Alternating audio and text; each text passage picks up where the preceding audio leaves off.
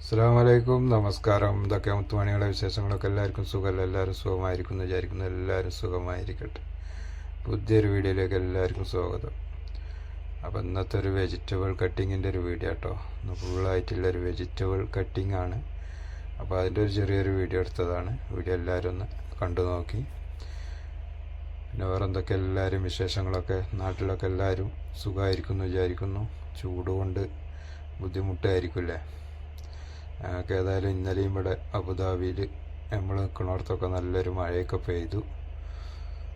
രാത്രി ഒരു 11 മണി മുതൽ തുടങ്ങിയതായിരുന്നു, രാവിലെ വരെ ഉണ്ടായിരുന്നു ചെറുമട്ടത്തിൽ. എന്നാൽ വലിയ ബുദ്ധിമുട്ടൊന്നും ഇല്ലാത്ത ചെറുമട്ടത്തിൽ നല്ലൊരു മഴയൊക്കെ പെയ്തു. നാട്ടിലാണെങ്കിൽ പെരും ചൂടാണല്ലേ. ഇൻഷാ അല്ലാഹ് മഴയൊക്കെ ഉണ്ടാവുമെന്ന് വിചാരിക്കുക. അപ്പോൾ ഇന്നത്തെ ഒരു വീഡിയോ ഇതാണ് കേട്ടോ, വെജിറ്റബിൾ കട്ടിങ്ങിൻ്റെ. അപ്പോൾ എല്ലാവരും വീഡിയോ ഒക്കെ ഒന്ന് കണ്ട് ലൈക്കും കമൻറ്റും ഒക്കെ ഒന്ന് ഇട്ടോളുണ്ടോ. വീഡിയോ എല്ലാവരും ഒന്ന് ഫുള്ളായിട്ട് കാണുക. കമൻ്റ് ഇടാൻ മറക്കരുത് എല്ലാവരും. ലൈക്കും അടിക്കാൻ മറക്കരുത്. ചെറിയൊരു കുഞ്ഞു വീഡിയോ ആണ്.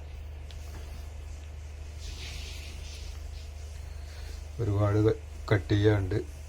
ചുരങ്ങയായിട്ടും തക്കാളി ആയിട്ടും ഉള്ളി ആയിട്ടും ഉരുളക്കിഴങ്ങായിട്ടും അങ്ങനെ ഇന്നത്തെ ഒരു ദിവസത്തിനില്ല, ഇന്നൊക്കെയല്ല നാളെ രാവിലേക്കുള്ളതാണ് കട്ട് ചെയ്ത് വെക്കുന്നത്.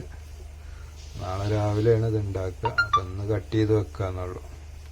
നാളെ രാവിലെ ഉണ്ടാക്കണമെങ്കിൽ ഇപ്പം ഇന്ന് കട്ട് ചെയ്യണ്ടേ. ഒക്കെപ്പാടെ ഇപ്പോൾ ഒരൊറ്റ ടൈമിൽ പെട്ടെന്ന് കട്ട് ചെയ്തെടുക്കാൻ പറ്റില്ലല്ലോ. 10-60 കിലോ ചിരങ്ങി, 10-40 കിലോ ഉരുളക്കിഴങ്ങും അതേമാതിരി ഉള്ളിയും തക്കാളിയും ഒക്കെ ഉണ്ട്.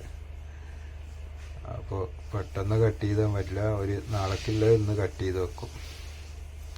ഇന്നത്തെ ഒരു വെജിറ്റബിൾ കട്ടിങ്, ഇന്നത്തെ ഒരു പണിയാണ് കാണിക്കുന്നത്. ഇത് നമ്മളെ തുണക്കാരൻ കൂട്ടുകാരൻ മേപ്പാളിയാണ്. ഒരു മേപ്പാളി പയ്യനാണ്. അവൻ്റെ വീട് മേപ്പാളിലാണ്. മേപ്പാളി സ്വദേശിയാണ് സുരാജ്. അപ്പോൾ ഓക്കെ, എല്ലാവരും വീഡിയോ ഒന്ന് ഫുള്ള് വാച്ച് ചെയ്ത് കണ്ടോളൂ കേട്ടോ.